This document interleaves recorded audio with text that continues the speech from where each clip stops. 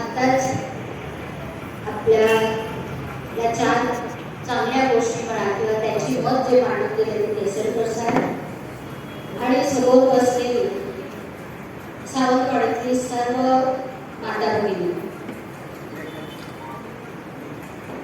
तुम्ही सगळी आमचीच माणसं आहेत असं मला वाटतं. का सांगा? कारण राणे साहेब आज सुरुवातीचे 40 वर्ष शिवसेनेतच होते. आता ह्या 15-20 वर्षाच्या काळामध्ये इतक्या या आयुष्यामध्ये आमच्यामध्ये इतके बदल घडले आणि त्या बदलातून आम्ही बीजेपीमध्ये आलो. पण राणे साहेबांचं म्हणतात ना, खरं मन म्हणते ते अगदी अजूनही बाळासाहेबांवर आहे.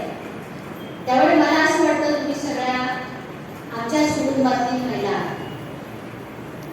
7 मेला जी निवडणूक होऊ घातली लोकसभेची, त्या लोकसभेच्या निवडणुकीला राणेसाहेब उभे राहिले आणि या निवडणुकीच्या प्रचाराकरता आम्ही आज आपल्यासमोर आलो आहोत.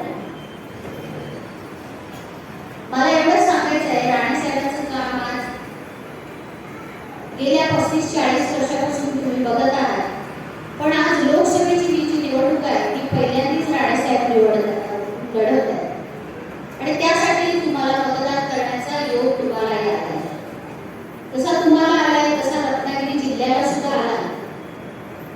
पण आज माझ्या सिंधुदुर्गातल्या महिला ही जास्त भाग्यवान समजते, कारण आज बरोबर राहून 35-40 वर्षाच्या काळामध्ये बरोबर राहून मी जे त्यांचं काम पाहिले आणि जिल्ह्यासाठी वाटणारी तळमळ किंवा जो ध्यास विकासाचा त्यांनी जो घेतलाय ना, तो मी आतापर्यंत बघत आले.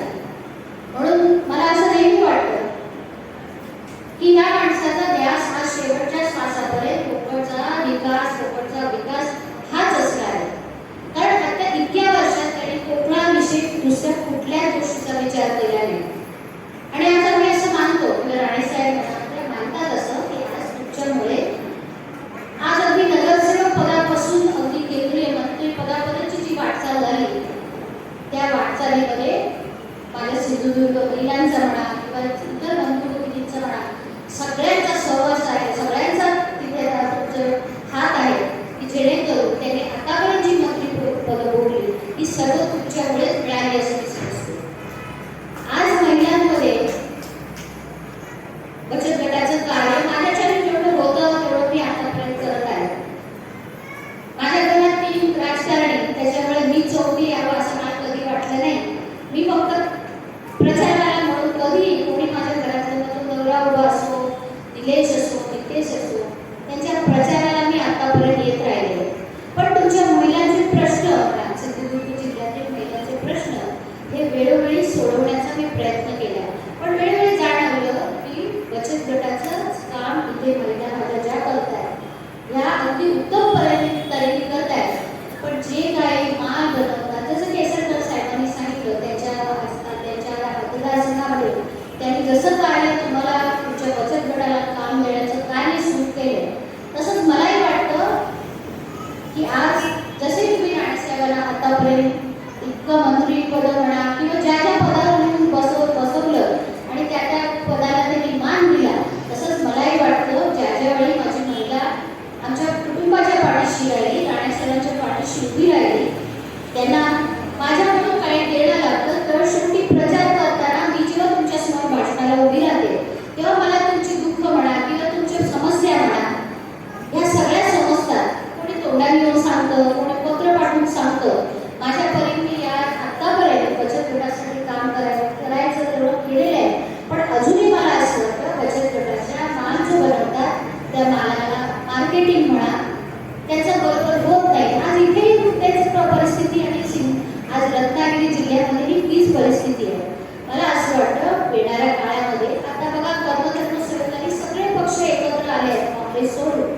पण आज आपल्याला अगदी ह्या काळापर्यंत म्हणजे अगदी 2024 पर्यंत येणारी जी 5 वर्ष आहेत त्या 5 वर्षामध्ये राणेसाहेबांना जर निवडून दिलं तर मला असं वाटतंय आपण महिलांसाठी जास्तीत जास्त आपल्या जे काय प्रयत्न तुमच्या बचत गटासाठी करता येतील ह्याला मी बांधील राहील.